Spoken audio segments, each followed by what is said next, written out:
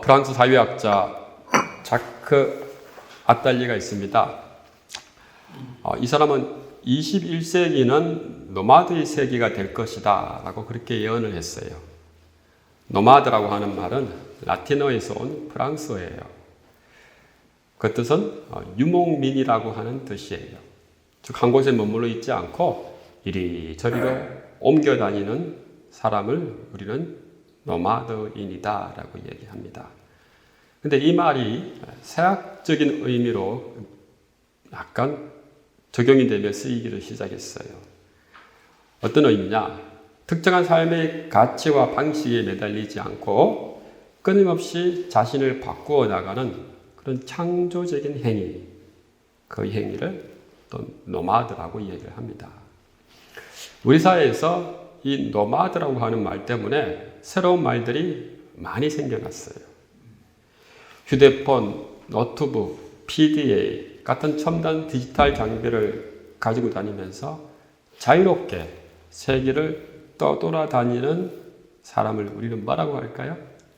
바로 디지털 노마드족이라고 합니다. 이 사람들은 디지털 기기를 이용해서 시간이나 공간의 제약 없이 인터넷에 접속하여 사람을 만나고 정보도 교환하며 이렇게 비즈니스도 해요. 요즘 이런 사람들 많아요. 또 요즘은 젊은 사람들이 인터넷에서 값싸고 질 좋은 음식점을 찾습니다. 오늘 점심은 어디서 뭘 먹을까? 휴대폰으로 앱을 뒤지기도 하고 인터넷을 통해서 음식점을 찾아요. 이런 사람들을 뭐라 그래요?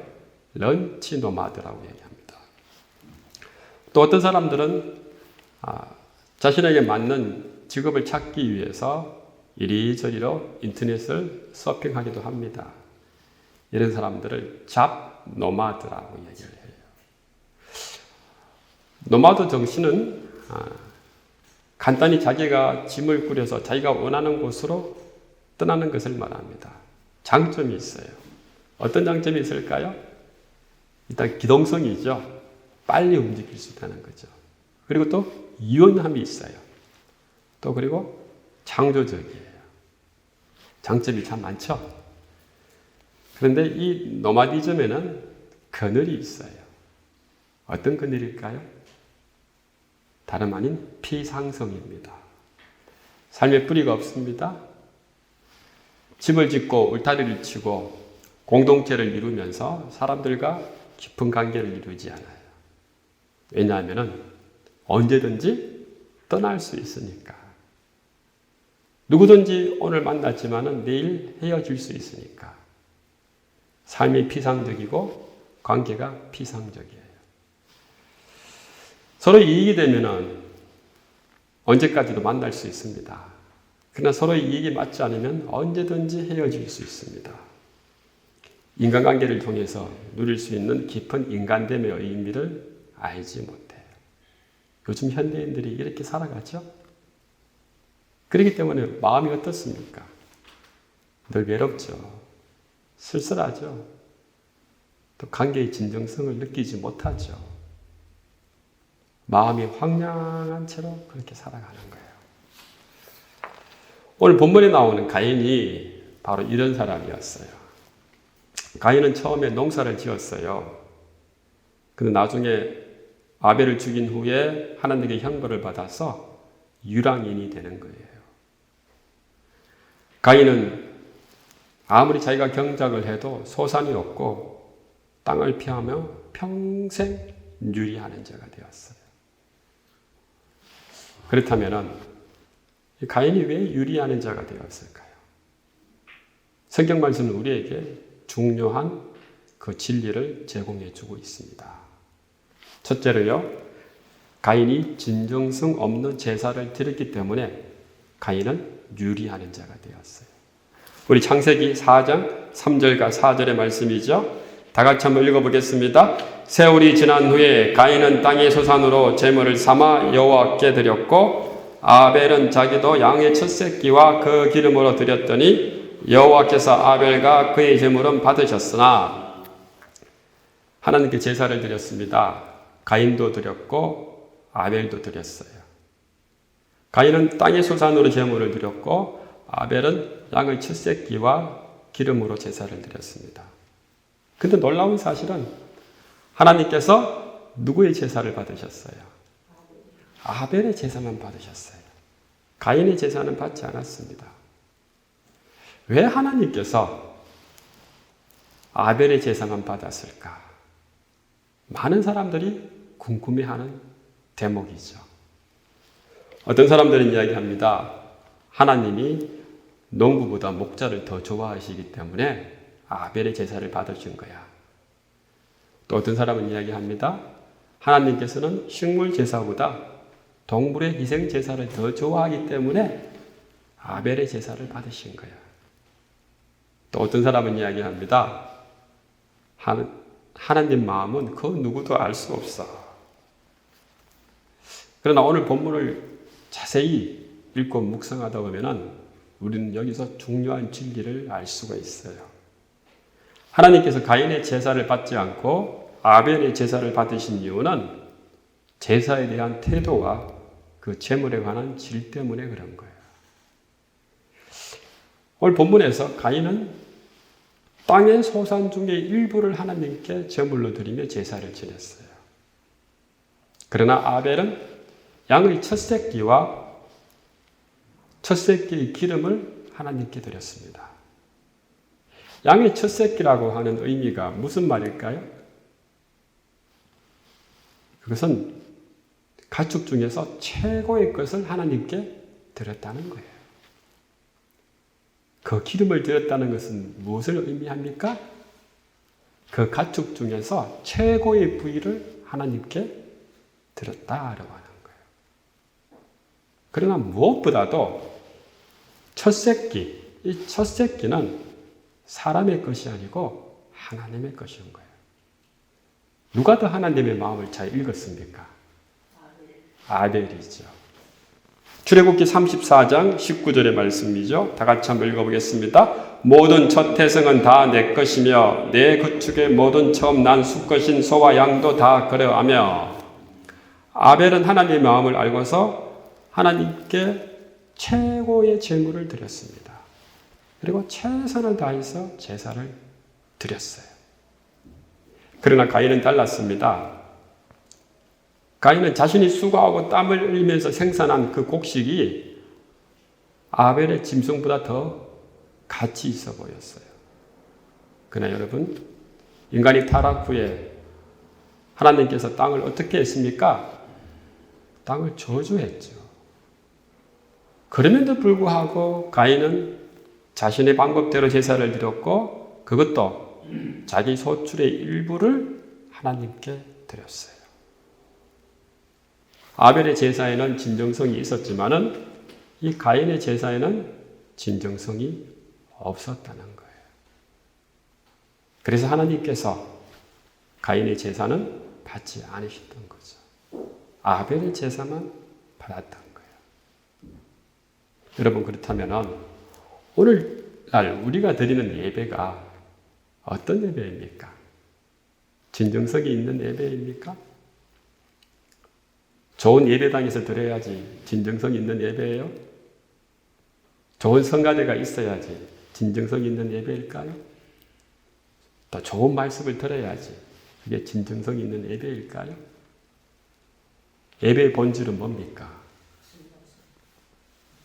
우리 요한복음 4장 23절과 24절이죠. 다 같이 한번 읽어보겠습니다. 아버지께 참되게 예배하는 자들은 영과 진리로 예배할 때가 오나니 곧 이때라. 아버지께서는 자기에게 이렇게 예배하는 자들을 찾으시니라. 하나님은 영이시니 예배하는 자가 영과 진리로 예배할지니라. 진정성 있는 예배. 어떤 예배자고요? 영과 진리로 드리는 예배. 하나님께서는 이런 예배자들을 찾으신다라고 얘기했습니다. 원래 예배를 드린다라고 하는 히브리어가 카드라고 하는 말이에요. 이 말을 번역하면은 무릎을 꿇어 절을 한다라고 하는 그 뜻이에요. 요즘 들어서 누가 무릎 꿇고 절을 하면서 하나님께 예배를 드립니까? 그렇지 않죠. 그러나 예배의 그 의미는 바로 우리 영혼이 하나님 앞에 엎드려서 절을 하듯이 그렇게 예배를 드리는 거예요. 진정성이 있는 예배가 어떤 예배입니까? 우리가 믿음을 가지고서 온 마음과 온 정성을 다하여서 우리의 영혼이 하나님께 집중되는 예배예요. 그 예배가 진정성 있는 예배예요. 무엇보다도 우리 영혼 앞에 하나님이 앞에 온전히 서서 우리 영혼이 지나온 삶을 돌아보게 하고 우리 영혼이 지은 죄를 하나님 앞에 고백하게 하며 또 성령의 임재를 통해서 그 죄사함의 은총을 경험하는 것이 진정성 있는 예배입니다. 그래서 예배를 우리가 잘 드리게 되면은 그 예배에는 회복과 감격이 있는 거예요. 이 예배가 진정성 있는 예배라고 하는 것입니다. 노제트 효과라고 하는 것이 있어요. 1950년대 미국에서는 가난한 이민자들이 형성한 마을들이 많이 있었습니다. 그런데 이 마을 사람들은 대부분 일찍 죽었어요. 주로 65세 이전에, 그것도 심장병으로 많이 죽었어요. 이들은 대부분 1870년경에 고국을 떠나서 신대륙 미국으로 건너온 사람들이었습니다. 꿈을 안고 신대륙에 왔지만은 신대륙의 삶은 거칠었습니다. 삶의 환경은 척박했어요. 이로 인해서 많은 사람들이 건강을 잃고 심장병으로 죽었습니다. 근데 유독 이탈리아 출신 이민자 마을이었던 로제트 마을은 달랐어요. 로제토 마을 사람들은 대부분 다 장수하면서 건강한 삶을 살았어요. 또 다른 이민자 마을과는 다르게 알코올 중독자나 약물 중독자가 없었어요. 범죄율, 자살률도 낮았어요. 왜 이렇게 달랐을까? 왜 로제토 마을이 다른 이민자 마을과 다르게 그렇게 많은 사람들이 행복하게 살았을까? 그것은 다름 아닌 교회 때문에 그런 겁니다. 1860년대의 후반에 유럽은 가난했어요. 로마에 살던 가난한 농부들은 신대륙에 가서 풍족하게 살고 싶었습니다. 근데 대부분 다 문맹이었어요. 또 너무 가난해서 고국에서는 도저히 살 수가 없었던 거예요. 그래서 오직 한 가지 희망으로 뉴욕으로 가는 배에 몸을 실었습니다.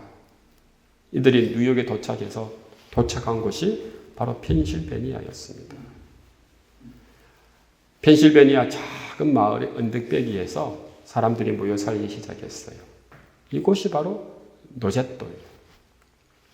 여기에는 함석 공장이 있었는데 많은 이민자들은 여기서 일을 하면서 이 함석판으로 2층 집을 짓고 그리고 열심히 일을 해서 땅을 조금씩 사기 시작했습니다. 사람들이 점점 더 많이 모이기 시작했어요. 그러자 마을 공동체가 형성이 된 거예요.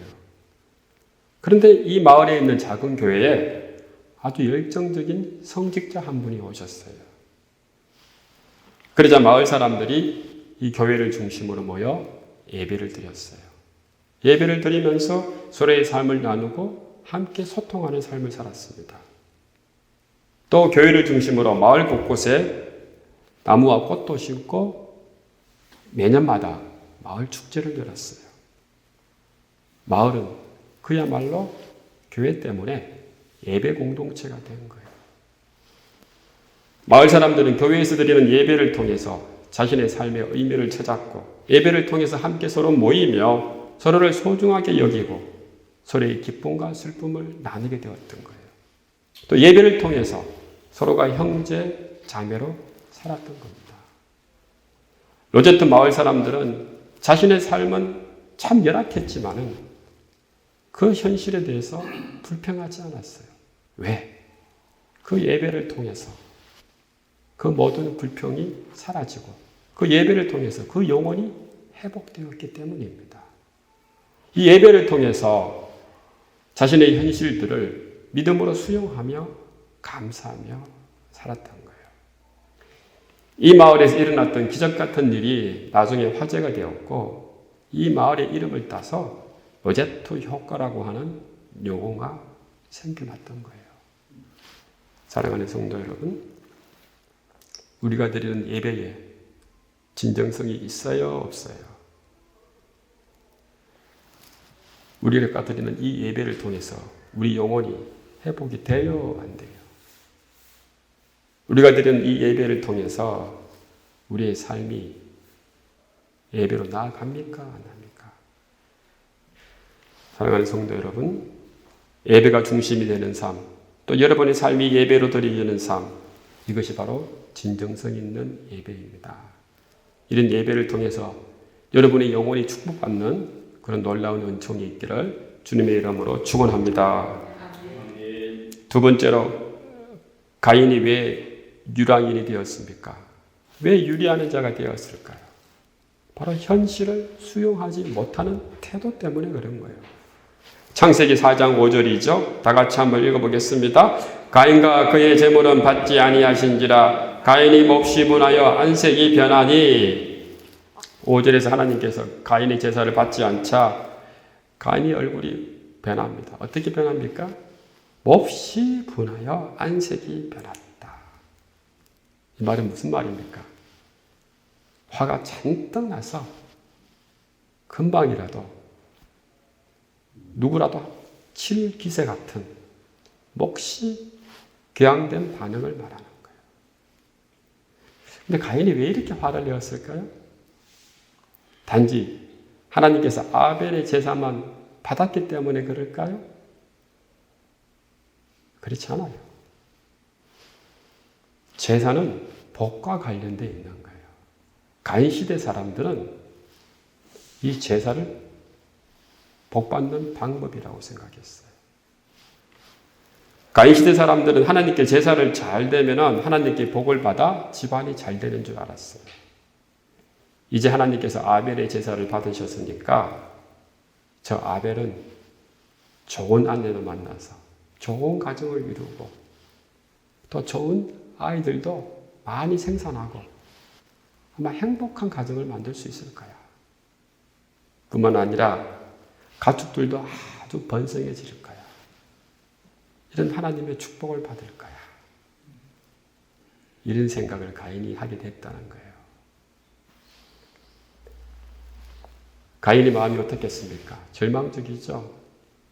하나님께서 이제 자기 제사를 받지 않았으니까 자기에겐 더 이상 하나님의 복이 없다고 생각을 한 거예요. 여러분, 누구라도 이쯤 되면은 마음속에 원망이 생깁니까? 안 생깁니까? 생기죠. 왜 하나님께서 나의 제사를 받지 않는 거지? 왜 하나님께서 나의 재물을 하찮게 여기는 거지? 왜 하나님께서 나에게 복을 주시지 않는 거지? 도대체 아벨이 뭐가 잘나서 아벨의 제사만 받고 아벨에게 저렇게 복을 주는 거지? 이 원망하는 마음이 가인 마음속에 싹트기 시작했던 거예요. 가인이 인생에 있어서 결정적으로 실수한 것, 바로 이것 때문입니다. 하나님을 원망하고 하나님께 반항하는 태도. 이 태도가 비록 작아 보일지는 몰라도 이 태도는 결국 자신의 분노를 증폭시켰고 그 분노로 인해서 아벨을 죽이는 그런 엄청난 죄를 저질렀던 거예요. 여러분, 모든 죄는 처음에는 모두 다 작아요. 그러나 시간이 지날수록 그 죄는 점점 더 커져서 나중에는 걷잡을 수 없는 그런 죄가 되는 거예요. 이게 바로 죄의 특성이에요. 가인은 하나님께 대항하고 하나님께 원망하는 이 태도 때문에 자신의 인생을 망치는 거예요. 어쨌든 하나님께서는 가인의 제사는 받지 않고 아벨의 제사만 받으셨어요. 이 사실이 비록 감당하기 어려운 현실이지만 그대로 수용해야 되는 거예요. 그래야만 우리는 다음 단계로 나아갈 수 있는 거죠. 여기서 수용한다고 하는 의미는 수동적으로 체념한다고 하는 게 아니에요. 두 손 다 놓고 그저 하늘만 바라보면서 체념하는 것을 이야기하는 게 아니에요. 있는 그대로의 현실을 직시하면서 있는 그대로의 현실을 내 것으로 받아들이고 있는 그대로의 현실에서 나타나는 문제들을 극복하며 나아가는 태도를 이야기하는 거예요. 우리가 보통 수용하기 힘든 현실이 닥쳐오면 어떻게 합니까? 어떤 사람들은 그 현실을 거짓으로 포장을 해요. 그리고 그 포장된 현실이 자기 현실인 줄 착각을 합니다. 어떤 사람들은 자기에게 감당하기 힘든 현실이 닥쳐올 때 그 현실을 도피합니다. 그래서 환상에 빠져요. 그 현실을 잊어버리는 거죠. 어떤 사람들은 중독에 빠져요. 또 어떤 사람들은 불평불만이 가득하면서 그 현실에 대해서 원망하는 거예요. 모든 에너지를 다 헛된 일에 쏟으면서 평생을 어렵고 힘들면서 그렇게 살아가는 거예요. 평생 이 현실은 내 것이 아니야.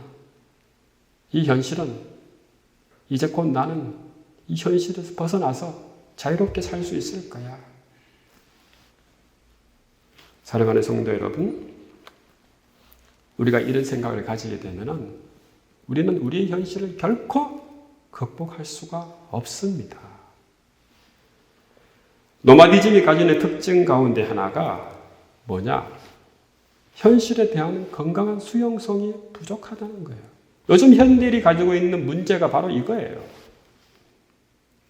현실에 대해서 긍정하고 현실에 대해서 수용하지 않아요. 자꾸 현실을 부정하려고 하는 거예요.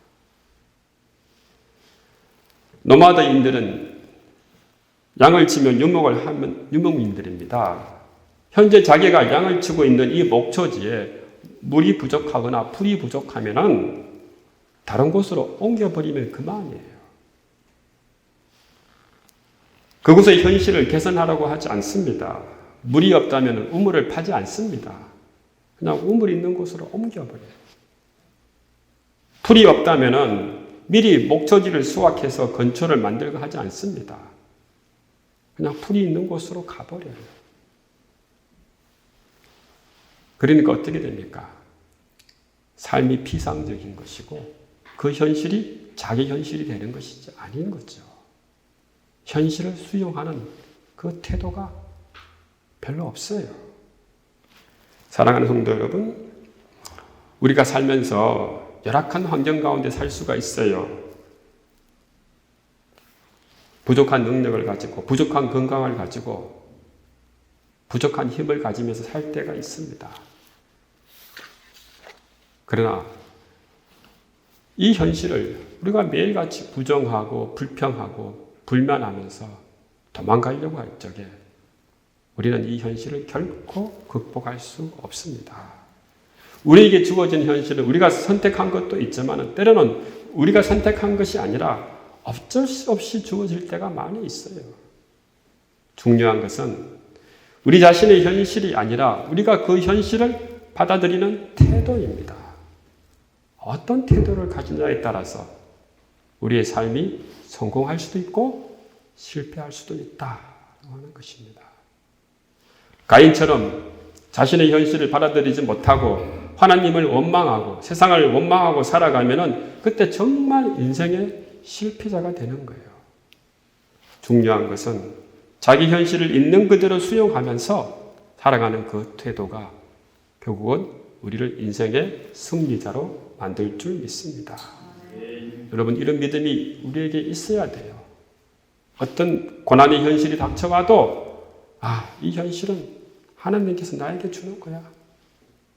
이 인생은 하나님께서 나에게 주시는 거야. 아, 이 목회는 하나님께서 나에게 주시는 거야. 라고 하는 이 믿음이 있을 적에 우리는 성공한 삶을 살 줄 믿습니다. 오늘 이런 믿음이 차고 넘치는 저와 여러분 되기를 주님의 이름으로 축원합니다. 세 번째로 왜 가인이 유리하는 자가 되었습니까? 바로 사로잡힌 마음 때문이에요. 창세기 4장 8절이죠. 다 같이 한번 읽어보겠습니다. 가인이 그 아우 아벨에게 말하고 그들이 들에 있을 때에 가인이 그 아우 아벨을 쳐 죽이니라. 영어 성경에서는 이렇게 이야기하고 있어요. Let's go out to the field 라고 하는 말이 되어 있어요. 우리는 이 말을 통해서 가인이 계획적으로 살이를 품고 동생을 불러내었다는 것을 알 수가 있어요. 가인은 하나님께서 자신의 제사는 받지 않고 아벨의 제사를 받은 것에 대해서 원망했습니다. 그리고 이 원망이 사로잡혔어요. 이 원망하는 마음이 결국은 가인을 죽이려고 하는 그런 마음으로까지 발전했던 거죠. 자신이 가지고 있던 원망을 하나님께 함부로 표시할 수 없죠. 대신 자기보다 약한 동생 아벨에게 그 원망을 투사했어요. 여러분, 이런 모습을 뭐라고 얘기합니까? 종로에서 빰 맞고 한강에서 화풀이 한다. 이 투사라고 하는 감정은 우리 삶에서 일상적으로 나타나요. 내가 내 삶에 대해서 불평하고 불만하고 세상을 원망할 적에 우리는 내보다 약한 상대를 통해서 내 감정을 투사하는 거예요. 요즘 우리 사회에서 일어나는 많은 폭력 사태, 바로 이것 때문에 생기는 거예요. 왕따 현상, 다 이런 마음이죠. 자신이 가지고 있는 분노나 세상에 대한 원망이나 다른 사람에 대한 질투를 공동체에 있는 약자한테 투사하는 거예요. 약자를 괴롭히고 못살게 하는 거죠. 가인은 아무도 잘못 없는 아벨에 대한 미움에 사로잡혀서 동생을 결국은 죽이려고 했던 것입니다. 그 시작이 바로 무엇이었습니까? 오늘 본문에 나오는 사로잡힌 마음 때문에 그런 거다. 그래서 우리가 어떤 감정을 오랫동안에 붙들고 있으면 그 감정은 결국은 악으로 나타나는 거예요. 그래서 그 감정을 빨리 풀어 해쳐야 되는 거죠. 이 사로잡힌 마음은 폭탄과 같은 거예요. 우리가 마음에 품은 감정이 나중에는 발전하면은 우리 자신이 통제할 수 없는 정도의 분노로 확장되는 거예요. 그 분노는 결국은 우리를 하려면 예기치 못한 행동을 낳게 하는 거예요. 그래서 마음속에 늘 화가 가득 찬 사람, 세상에 대한 원망이 가득 찬 사람, 그 행동이 항상 돌발적인 거예요. 지금 우리 사회가 그렇단 말이에요. 많은 사람들이 마음이 사로잡혀 있어요. 마음이 원망이 가득해요. 세상에 대해서 불평불만이 가득해요. 그래서 누가 톡 건드리면 어떻게 합니까? 금방 터지는 거예요. 사람을 함부로 죽이고 사람을 함부로 때리고 그런 거예요.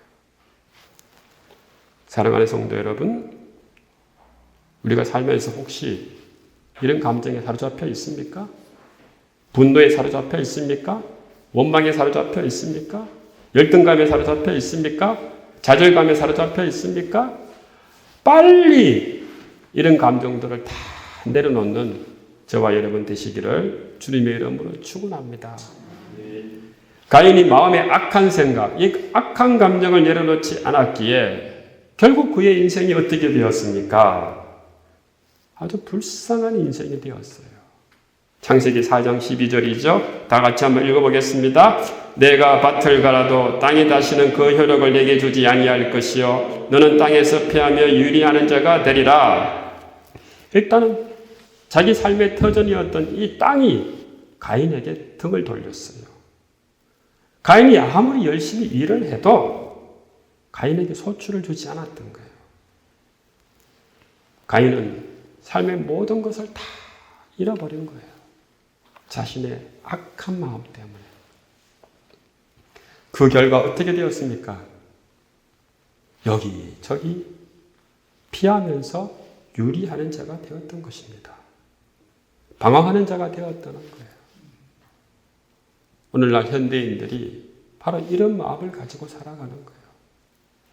어디로 어떻게 가야 될지 정처 없이 방황하며 그 인생을 헤매면서 살아가고 있는 거예요. 이런 유리하는 모습이 결국은 가인이 하나님을 더욱더 멀리 떠나게 만드는 그런 모습으로 발전하게 되었던 겁니다. 창세기 4장 16절이죠. 다 같이 한번 읽어보겠습니다. 가인이 여호와의 앞을 떠나서 에덴 동쪽 놋 땅에 거주하였더니 가인이 유리한 자가 되고 난 이후에 하나님과의 관계마저도 점점 더 멀어졌던 거예요. 거리상으로는 아담이 에덴에서 추방당한 그곳보다 더 먼 에덴 동편 놋 땅까지 가게 됐던 거예요. 사랑하는 성도 여러분, 가인이 받은 벌이 뭡니까? 뿌리를 내리지 못하며 이리저리 옮겨다니는 유랑인의 인생이 되었던 거예요. 하나님과의 관계에서도 뿌리를 내지 못하고 그 현실 속에서도 뿌리를 내리지 못한 채 그 인생이 실패한 인생이 되었던 겁니다. 말씀을 정리하겠습니다. 오늘 본문의 말씀을 통해서 우리는 가인이 왜 유리하는 자가 되었는지 한번 살펴보았습니다. 가인이 유리하면서 방황하면서 다니는 그 모습이 오늘날 이 시대를 살아가는 현대인 모습과 다르지 않아요. 우리는 삶 속에서 뿌리를 깊이 내리기 위해서 먼저 무엇을 해야 됩니까? 진정성 있는 예배를 드려야 됩니다. 하나님 앞에 신령과 진정으로 예배를 드리면서 우리에게 주어진 그 현실을 수용하고 감사하면서 살아야 될 줄 믿습니다. 또 우리가 현실의 삶을 살면서 분노와 증오와 그 원망들이 있으면 예배를 통해서 치유함을 받고 회복을 받아야 될 줄 믿습니다. 그 예배를 통해서 다시 한번 우리가 힘을 가지고 세상에 나아갈 때에 우리는 건강한 삶을 살 수 있을 줄 믿습니다. 오늘 이 시간 이런 은혜가 여러분에게 충만하기를 주님의 이름으로 축원합니다.